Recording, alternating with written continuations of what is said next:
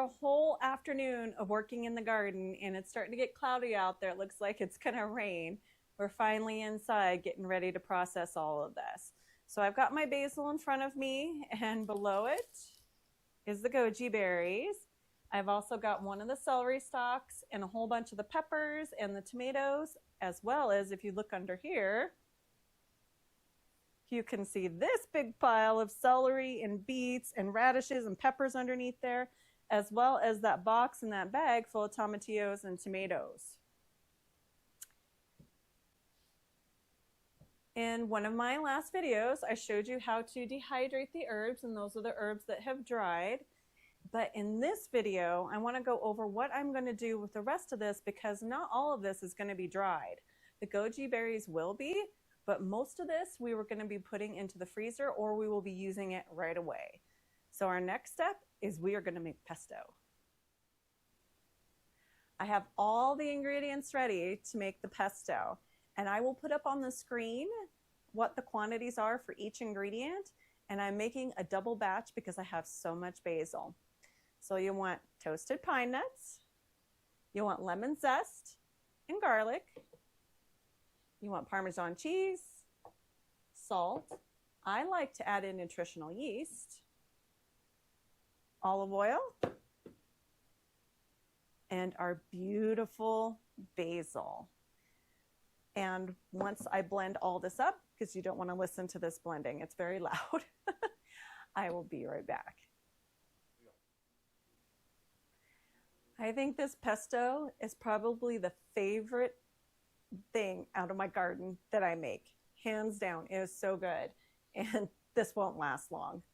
But what I do is I put it into canning jars. Make sure you label the tops, or else you'll have no clue what's in the freezer. And it can be put in the freezer. It turns out perfectly fine, but I usually will put some in the freezer, and then I also put one in the refrigerator, and it's usually gone within a month or two. It goes pretty quick. And after this, I will show you what I'm doing with the rest of our harvest. The next veggies that I am going to process are our beets, our radishes, and our one massive carrot. Pretty much what I'm going to just do is I'm going to chop the tops off of each one of these, wash them, and I can put them in Ziploc bags, and I'm going to put them in the refrigerator because we will probably be using the beets on salads, and same thing with the radish and the carrot. But we'll also be juicing the beets too. And you can juice the beet greens if you like, or you could save them for salads. We already have a bunch in the backyard, so I'm just going to go ahead and save the bottoms from all these. Well, that took several days to make all of this. I have some mint that I'm going to be dehydrating. We still have peppers left. There are a lot of peppers.